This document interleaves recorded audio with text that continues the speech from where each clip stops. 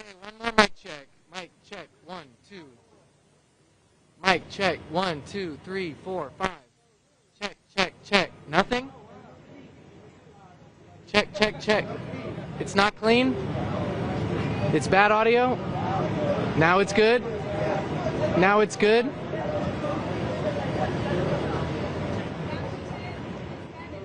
Uno, dos, tres. Cuatro, cinco, seis. Okay, hold on. We're going to do one thing real quick.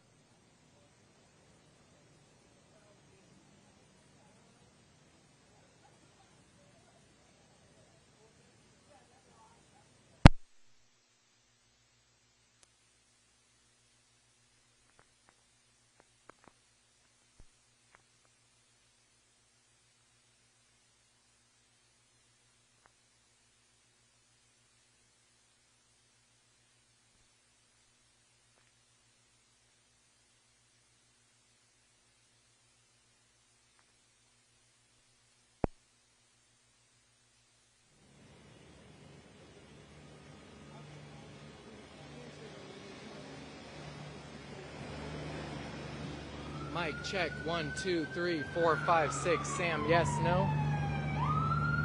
Mic check. 1, 2, 3. Mic check. 1, 2, 3, 4, 5. Got it? No? No audio? 1, 2, 3, 4, 5, 6. It's very low. Mic check. 1, 2, 3, 4, 5, 6, 7, 8, 9, 10, 11, 12. Check, check, check. Is it okay? Is this gonna work for everybody? Okay, I'm seeing thumbs up. We're gonna go with it. Keep going. 1, 2, 3, 4, 5, 6, 7, 8, 9, 10, 11, 12. Check, check, check. Yeah, you got it.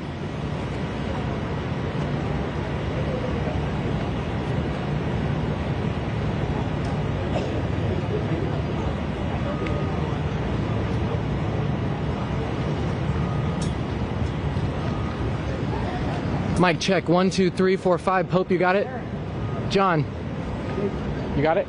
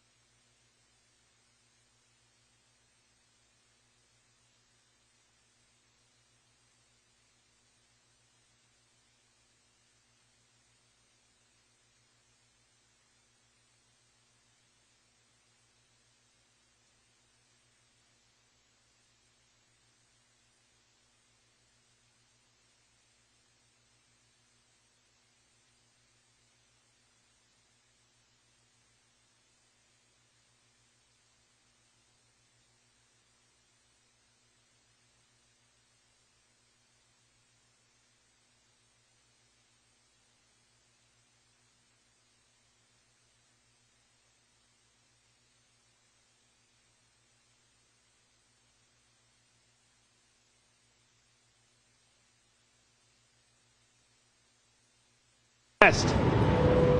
Testing 1, 2, 3. Testing 1, 2, 3. How copy? 1, 2, 3. Testing 1, 2, 3. 1, 2, 3. Everybody else over here is good. I've got 1 no. You're good. 1 no. Check your cables. Testing 1, 2, 3. 1, 2, 3. Still 1 no. Everyone else is yes. Okay. There's one right here.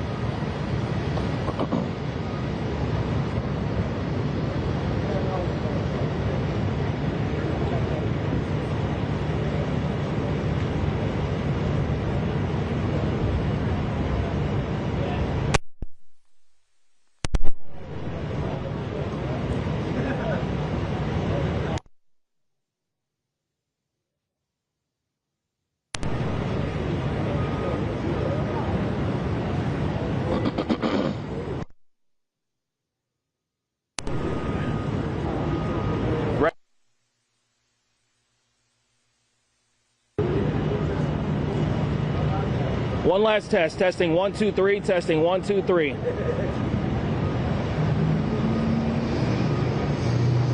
Yes or no? Yes or no?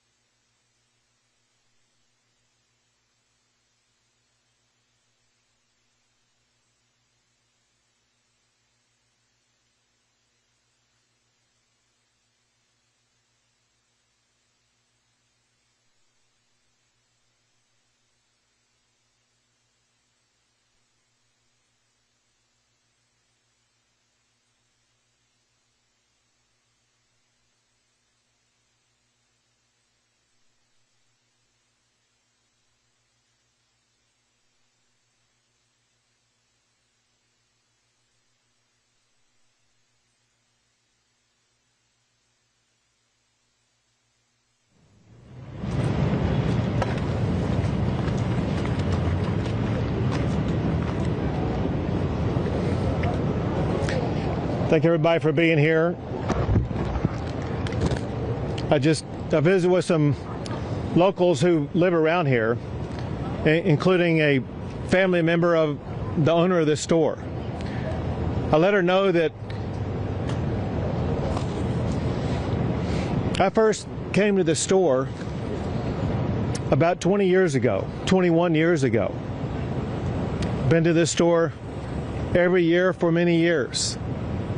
I've seen these little campers since they were just a little bit bigger than toddlers, young kids. I've seen them grow and mature into beautiful young men and women. Nothing is as heart-wrenching as hearing the stories of what the girls around here, especially the girls at Camp Mystic, went through. To see where they lived in one moment, where they disappeared the next moment, and were gone forever a few moments after that. I wanted these people to know, I want you all to know, the hearts of our fellow Texans are breaking every single day because of what people of this community and the surrounding area are going through. There's nothing more important on our hearts and minds than the people of this community, especially those who are still lost. I told them what we were doing, not just today, but what we are going to be doing for the days, weeks, and months to come. This is what they needed to hear. They need to know Texas is in this with the people in the Hill Country right here. We are not leaving until this job is finished. The job right now, the primary job right now, continues to be locating everybody who was affected by this flood. There still remain those who are missing. We have to find every single person who's missing. And that's job number one. While we are doing that job, it's important that we also be conducting other business affecting this storm. We did several things in that regard today. One is to get a better assessment about what exactly needed to be provided for the community. We took a flyover to get that assessment. I've been here for multiple times over the course of the past 2 decades, but multiple times over the course of just this one flooding episode. And I have a good feel on the ground of what is needed. But when you're in the air, you get a fuller perspective of how widespread, how catastrophic the damage is, and what must be done to fully address it. We were able to process that better today when we flew around. And on that fly around today, I had with me the Speaker of the House, Dustin Burrows, who's going to speak after myself. I want to provide you with some information, some of which is just now updated. First, the numbers that I have is that there are 94 fatalities. 94 fatalities associated with this flooding event in this area. Separate from that, in other flooding events in other parts of the state of Texas, there's another 15 fatalities for a total of 109. To put this into perspective, just in the Kerr and Kendall counties alone, there are far more fatalities than there were in Hurricane Harvey. That's how catastrophic this is. I also have some updated numbers on those who are missing. First, from Camp Mystic. My information is those who are missing is down to now 5 campers and 1 counselor. 5 campers and 1 counselor missing. In addition to that, there is another child not associated with the camp who is missing. So for Kerr County, that would be a total of 7 who are missing. In other parts of the state, there are 12 who are missing. I have a new number, however. So one thing we've been reaching out to the public about is to get better information about those who were not registered at a camp, those who were not registered at a hotel, those who may have been down here who no one really had any accounting of. And through law enforcement agencies working together, they provided me this number. Just in the Kerr County area alone, there are 161 people who are known to be missing. And again, that comes from combined law enforcement efforts, 161 known people who are missing. Know this, we will not stop until every missing person is accounted for. Know this also, there very likely could be more added to that list. One way that we were able to expand the list of those who are missing is because family members, friends, neighbors, etc. begin calling in and reporting them as missing.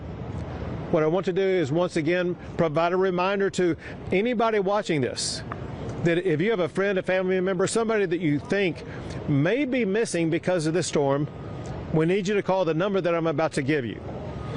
It is 830-258-1111. That's 830-258-1111. If you want to go to a website address, you can go to kerrvillemissing@dps.texas.gov. I'm going to repeat it twice more. That's Kerrville, spelled Kerrville, no space, then the word missing, MISSING. So Kerrville Missing at dps.texas.gov. So either call that phone number, go to that website, and provide the name and the best identification you can and the last known location of anybody that you think is missing. Know this also, if you make a prank call or provide false information, that's a crime. Do not provide false information because you're hindering our ability to undertake this investigation, hindering our ability to actually rescue and find those who truly are missing. So you better be correct when you're calling in and let us know that there is somebody who is missing. Importantly, we know that so many families are going through grief that's beyond anyone's comprehension right now, beyond any of us being able to walk up to them and give them the magic words that will make them suddenly feel healed. We know that they need grief counselors. We have 5 organizations that together are providing dozens of grief counselors for all of the affected family members around here. It's so important at times like this for family members to access that grief counseling so they can have their mental and emotional health needs addressed in what may be the most challenging time of their lives. Something else that's a help as we begin the process of helping places like the Hunt store, the local community, Hunt, Texas, be able to rebuild. One thing that is speeding that recovery was the immediate granting of the major master declaration that was granted by President Trump. It immediately opened not only access to more funding, but also access to more resources to be able to more quickly and more effectively respond to this storm. That includes debris removal, which has already begun.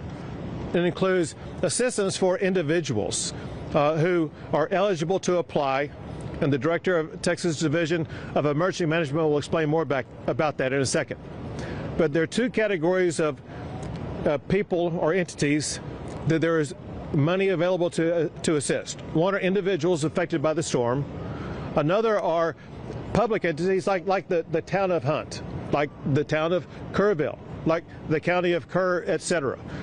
They may have needs with regard to roads or utilities, whatever the case may be. Now the assistance is available for them to more effectively and more quickly address that. With regard to roads, anybody who's driven around here knows that there are some roads that need repairs. The Texas Department of Public Safety is working 24/7 to make sure they're going to be getting these roads repaired and passable as quickly as possible. Going back to President Trump, he and I spoke again this morning, and he could not stop talking about how sad he was for all the little girls who've lost their life. He recounted his own understanding of what happened with what was really a tsunami wave of wall of water that swept too many of them away. And he cares a lot about those young ladies. And he wants to step up and make sure that any need that we have here in Texas is going to be met very quickly. And he's already done that by helping to provide the quick assistance by sending down Secretary Kristi Noem, who, listen, I've been dealing with events like this for 10 years. Never have I seen someone respond as quickly and as effectively as what Secretary Noem did. Also, while coming over here, I received this text from Secretary Kennedy. It says the following. It says, Governor Abbott, it's Secretary Robert Kennedy. It says, we are set to declare a public health emergency for the Texas Hill Country flash floods. This will make it easier for healthcare and mental health providers from out of state to help both by traveling to the area and by telemedicine. Please let us know where we can be most helpful, which I will let him know. But I just wanted you to know about that new update. Now I would like to turn things over to the Speaker of the Texas House, Dustin Burrows.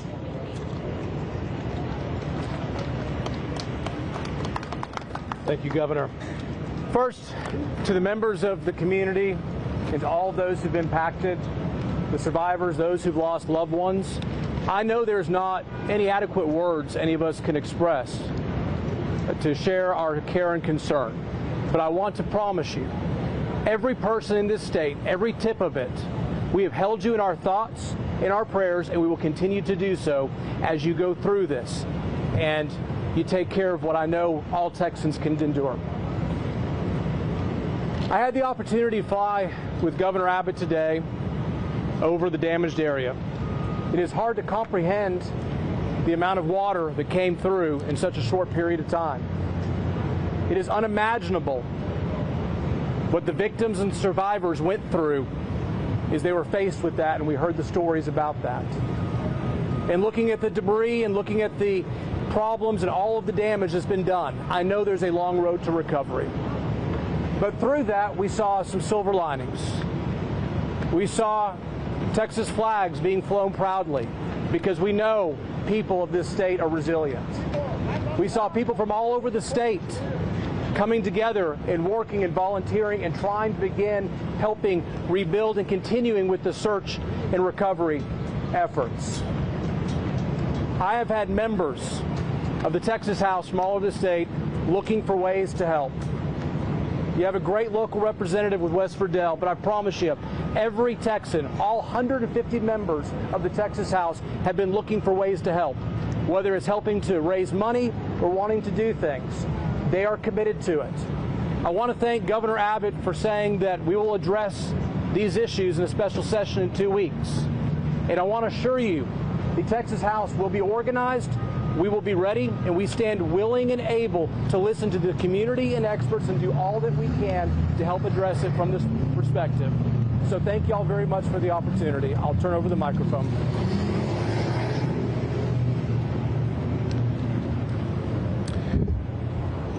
This is the kind of event that the Speaker of the House would have come to in an ordinary situation.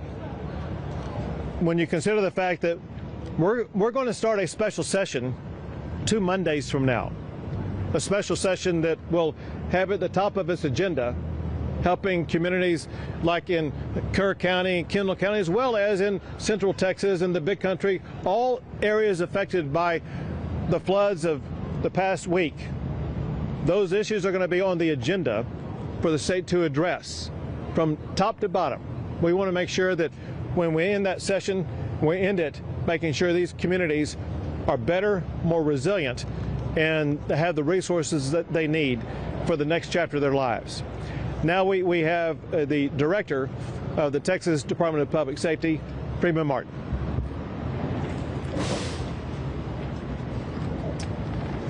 Governor, thank you. The governor said it. We have 109 fatalities and 161 missing. Every asset and resource that the Department of Public Safety has is being used on this response. We have 258 people just from DPS assigned here in Kerrville. They're from the Highway Patrol, the Tactical Marine Unit, Criminal Investigators, Texas Rangers, SWAT, IOD, and ICT, and Victim Services. And you ask, well, what do all these do? Everybody does something different. Everybody understands search and rescue. When the governor mentioned 161 missing, the city of Kerrville stood up a line that if you can't get a hold of a loved one, if they're missing in the Kerrville area, call this number. That number grew to several hundred. These analysts worked with Kerr County Sheriff's Department and the Kerrville Police Department to narrow that down. People that have been identified as deceased, people who have been found alive, deconflicted, the numbers that have been reported twice, and we are still down to 161 missing. All I can tell you is there's nothing to celebrate about how well we've done this far, but there's a lot of work to be done. And we're thankful that the speaker standing behind us and the governor, the Texas legislature has funded us, and we're properly staffed and equipped to respond to this. Just this last session, a few weeks ago, we were given 6 replacement helicopters and 1 fixed wing. That is exactly what we use to respond to these. I'll tell you another thing, we have plenty of resources, but at the same time, we're not turning down one resource until we recover every last person on this list of 161. So we have FBI, DEA, HSI, the United States Border Patrol, the United States Coast Guard, everybody working together under a unified command, and we won't stop until we finish. A couple things. Right now in Burnett County, we have 3 Zodiac boats and 26 DPS personnel from the Tactical Marine Unit and the Texas Highway Patrol continuing searching. I'm in constant communication with the Travis County Sheriff, Sally Hernandez.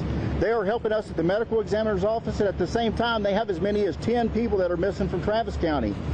As we pulled in the parking lot, I got off the phone with the sheriff from Williamson County. They just recovered their last victim. They had 3 people that were swept away, and just minutes ago they recovered their last victim in Williamson County. There's a lot of work to be done in Kerr County and Kendall County. We will continue to grow this and add additional agencies as we go forward, but the governor's right, we won't stop until every last body is recovered, alive or not. So thank you very much. Thank you, Governor. Thank you. Now, General Suelzer with the Texas National Guard. Thank you, Governor. I just got off about an hour-long helicopter trip with the governor, and I can tell you what I saw was miles and miles of massive devastation. The Texas National Guard will stay here working with our federal, state, and local partners to search for the missing and to help our communities recover. We can't hear. Okay. Just the trucks.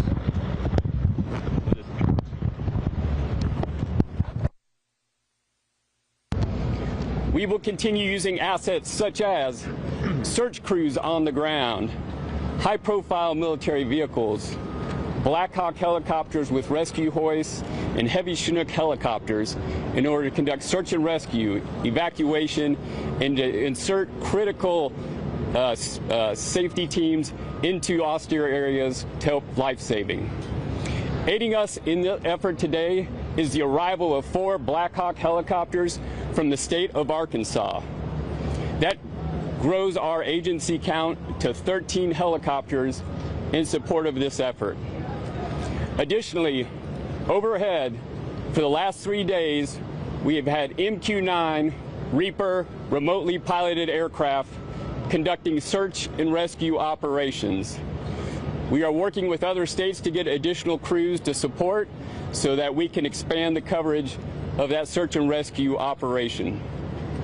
And lastly, we have shelter management crews that are working within the community to help those in need.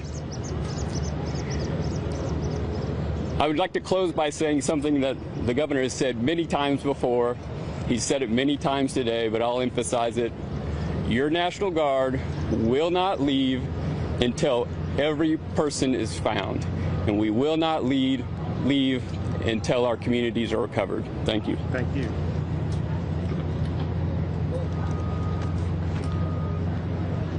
General Suelzer rightfully mentioned and thanked the state of Arkansas for helping out with those Blackhawks as well as other resources. I jotted down from memory what I think is every state that I know has either provided help or offered it or is on its way. I say that I'm hoping I'm not leaving anybody out. But our fellow governors and fellow states are helping out from Arkansas, Oklahoma, Louisiana, Iowa, Nebraska, Ohio, South Carolina, Georgia, Virginia, Pennsylvania, Massachusetts, and I regret if I missed your state. I'll try to come back to it here in a second. But next is Chief Nim Kidd with the Texas Division of Emergency Management. Thank you, Governor. I want to start by thanking all of you for standing out here in this heat and experiencing a little bit of what the volunteers and first responders are dealing with around the clock as we continue our search. We have 4 priorities. They are the continuation of the search. They are debris cleanup and removal. They are supporting individual assistance programs and public assistance programs. I'm going to dive into some of the details of those. We continue our search operations not just here in Kerr County, but in the other 5 counties where we have people that are reported missing. As you can see and hear by the trucks passing by, debris cleanup is well underway. I want to thank the volunteers and all of the private sector partners that are out there working on debris operations right now. This will aid in the continuation of our search. We are pushing forward to help those whose homes and businesses have been impacted through the FEMA Individual Assistance Program. The President's program has people here on the ground today that are working to get people registered through our websites and start opening disaster recovery centers today and tomorrow. Damage assessments for those locals are still underway, and we've had over 1,000 submissions into the ISTAT program. Please, if you have not submitted into the ISTAT program yet and your home or business was impacted, you send that information to us. Next, well, that didn't work out. Next, we continue to work on our public assistance for our communities, working to get our roads repaired, our debris cleaned up, our water, wastewater, and utilities back up online. Finally, I need your help in getting the message out to help keep the roads cleared. You've seen a lot of damage in these roads as our TxDOT crews are out trying to repair those roads right now while we still have a lot of traffic in our emergency operations. I want to thank you again for your time and your patience in helping us get this message out.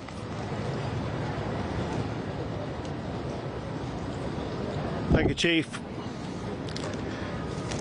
Yesterday, I met with families at Camp Mystic. I made a commitment to them. The day before, I met with residents of Kerrville. Today, I met with residents of Hunt. I made a promise to all of them. Texas will not stop until we finish the job. We will not stop until we identify, recover every single body. We will not stop until every road is rebuilt, every inch of debris is removed. We'll not stop because we are a state that cares about our people, cares about our communities, and we'll be with them every step of the way. We'll take a few questions. Governor, Monday happened.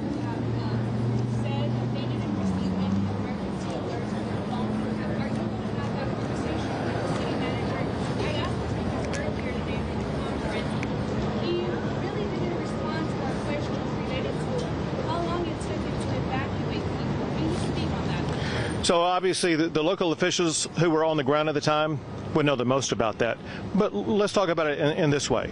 That's going to be one of the issues that we begin to address in less than 2 weeks in the state legislature.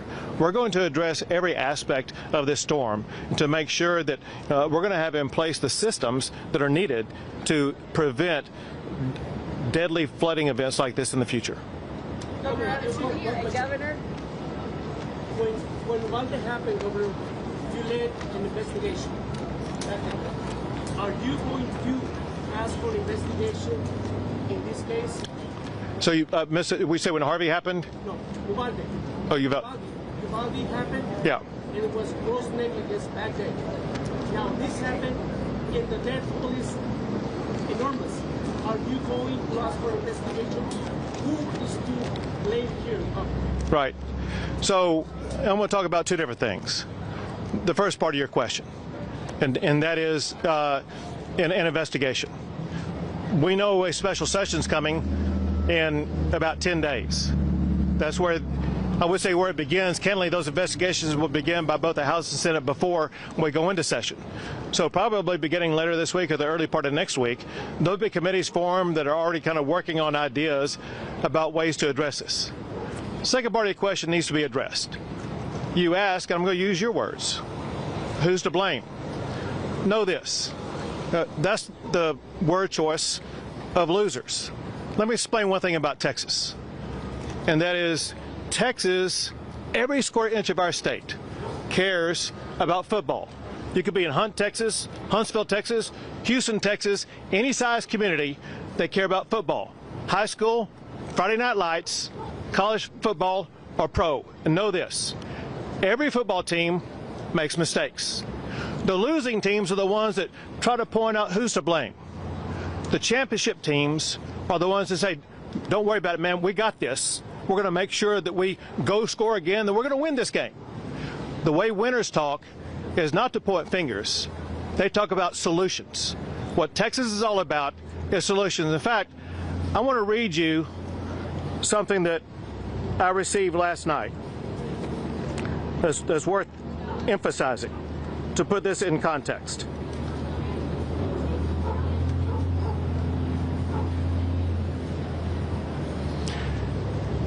Tragedy has come. That part is done. What we do now, who we are now, that's what the story is still being written. Let it be one of grace, of grit, of fierce love in the face of grief. Let it be the kind of story that proves that the hill country may flood, but it does not fail. Say what you will about Texas, but when the rivers rise, so do we. Not with blame, not with bitterness, but with boots on the ground, arms around strangers, and hearts wide open. That's the Texas I know, and that's the America that I believe in. What this person wrote is what I know is true for all Texans, and what we will achieve every single day. Governor, what kind of legislation do you hope to see come from this special session? You know, part of the legislative process is policy is not made in a vacuum. We have ideas. I've served on 2 investigatory committees out of the House before I was Speaker, both Uvalde and Panhandle wildfires. There are things that we can talk about, but it is too early to commit to know the specifics until we actually talk to the members of the community and hear what they think. Talk to the experts in the field. Talk to the first responders. That's what legislative hearings are for. We are ready to get started. The legislators I talk to, the members of the House, and I know the Senate, are very interested in finding solutions to not accept that we can't do better. But we will have those hearings. We will synthesize what we get, and we will come up with legislation that I believe will make it to the governor's desk and make us a stronger, better, more resilient Texas. Governor, what do you say to these families that say these solutions they may be a little too late? Well, so one thing that we're focused on is making sure that we deliver the right solutions. One thing the Speaker just said is worth emphasizing, and that is that for us to provide real solutions, we actually need to hear from the people who are the ones most affected. The ones most affected, they're dealing with the grievance of having lost a child or lost a business or otherwise have their lives turned upside down. They don't have the capability right now of providing that information. We'll talk to local leaders, importantly, not just here, but across the state. And we want to make sure that we address what happened here, but at the same time, we want to make sure that we are able to implement measures that are going to be able to prevent loss in other regions going forward. So we have our work cut out for us, but I know the members of the House and members of the Senate, I know we'll work and get some meaningful things done.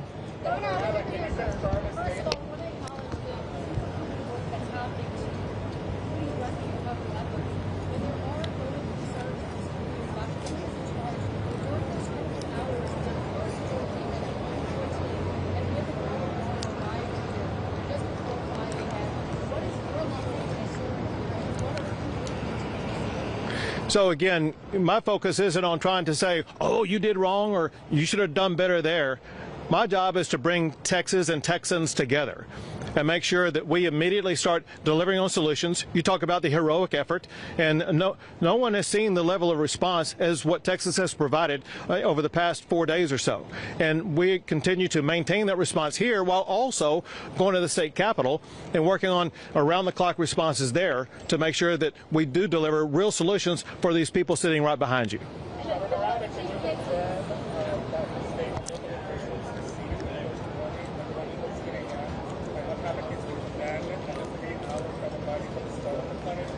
Sure. So what your question is about what local officials knew, you'd have to ask them. Now, what the state was aware of, the state was aware that there was a possible serious flooding event days in advance, and we pre-positioned assets and resources and personnel. And remember, the flood began on Friday morning. We originally positioned those assets, resources, and personnel on Wednesday.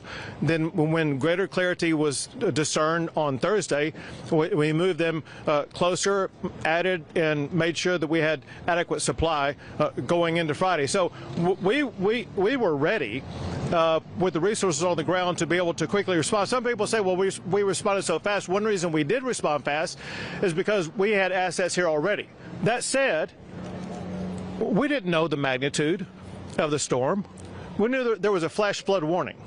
And if you heard a flash flood warning, no one would know that that would be a 30-foot high tsunami wall of water, I don't think.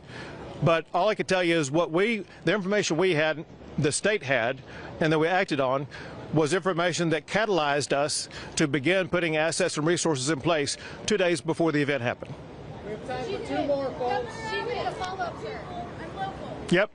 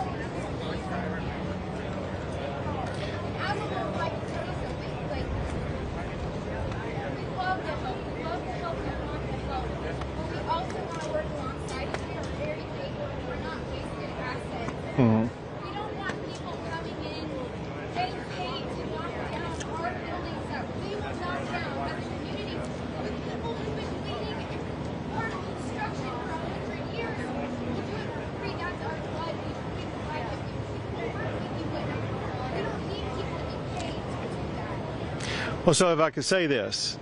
Yeah. Sure.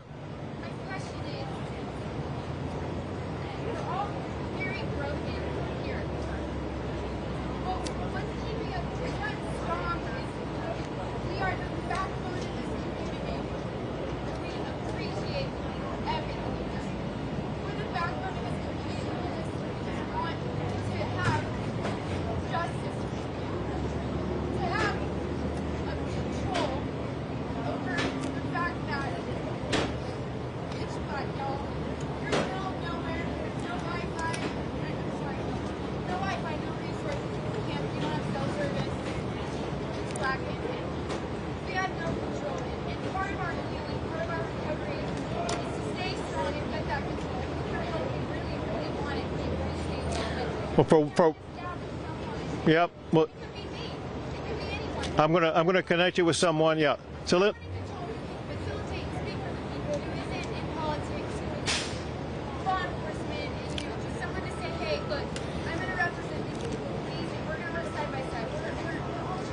Right. And I got the person for you. I'm going to give you her name, her number, let you connect with her. But let me say this. You know, people talk about how strong Texas is. People talk about how strong Texas is because of people like you. People who don't wait around for orders and instructions. Yeah, so like it, not just you, but like you. We saw the exact same response in Hurricane Harvey. People didn't wait for a boss to tell them what to do. There was no time clock to check in or check out. They said they're getting out their own canoe, their own kayak, and they're going to start helping neighbors before the sun rose up until after the sun set. But all I wanted to let you know is the spirit that lies within your heart, and use the word blood, in your bloodstream. You have in your blood what Texas is all about. And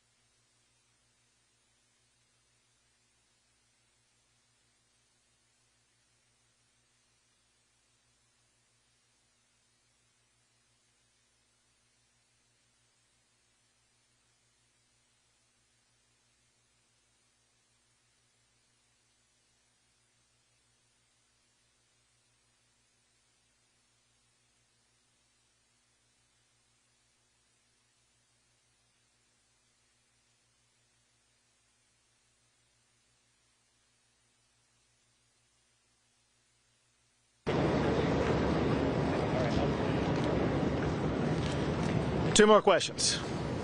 Quick follow-up. Let me see. With the county ahead of this flooding here, sir. Nim could best answer that. Nim, when Chief Kinsey, we know that resources were deployed ahead of this flooding. At what point was the state in contact with your county? Wednesday and Thursday before the Friday morning. Why was it not? I can't answer the whys. I'm not going to answer the whys. You asked when we were in contact. We started having calls and messages on Wednesday from an area of I-35, out I-10, all the way to where it touches I-20, all the way back over to where I-20 touches I-35 again. That is a large chunk of Texas that was anywhere in the potential area of where this kind of rain could have fallen. It picked this spot right here. All right. One more question. Go ahead. Yep. And so, I just heard that moments ago. The man who's in charge of that assistance is Chief Nimkid. She wants to know how long does it take to get assistance? How long does it take to get assistance? That, FEMA takes a while, but we need help right now. So the disaster recovery centers will be published in the morning of those locations. They can go to those locations and start getting aid. There are plenty of volunteers that are out there ready to offer aid right now, in addition to the federal assistance. But you're saying that those centers will be open tomorrow morning? Yes, sir. Where? We have the addresses. I need to confirm them, and then we'll put them out. They will be publicized. They will be publicized. Yes, ma'am. Thank you all. Thanks, everyone.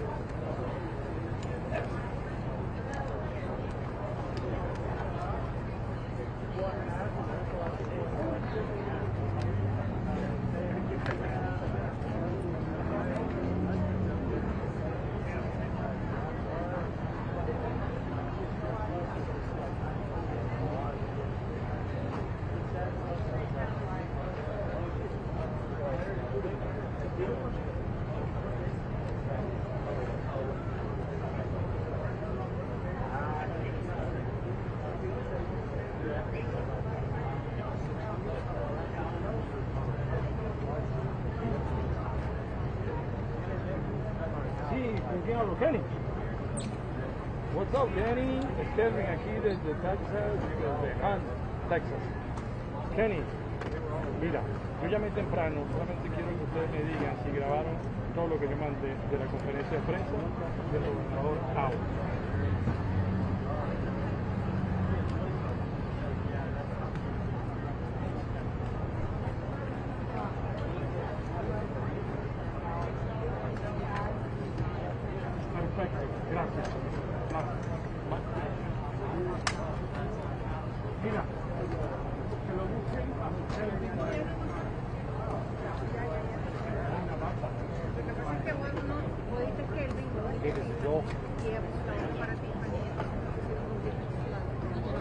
Okay, great.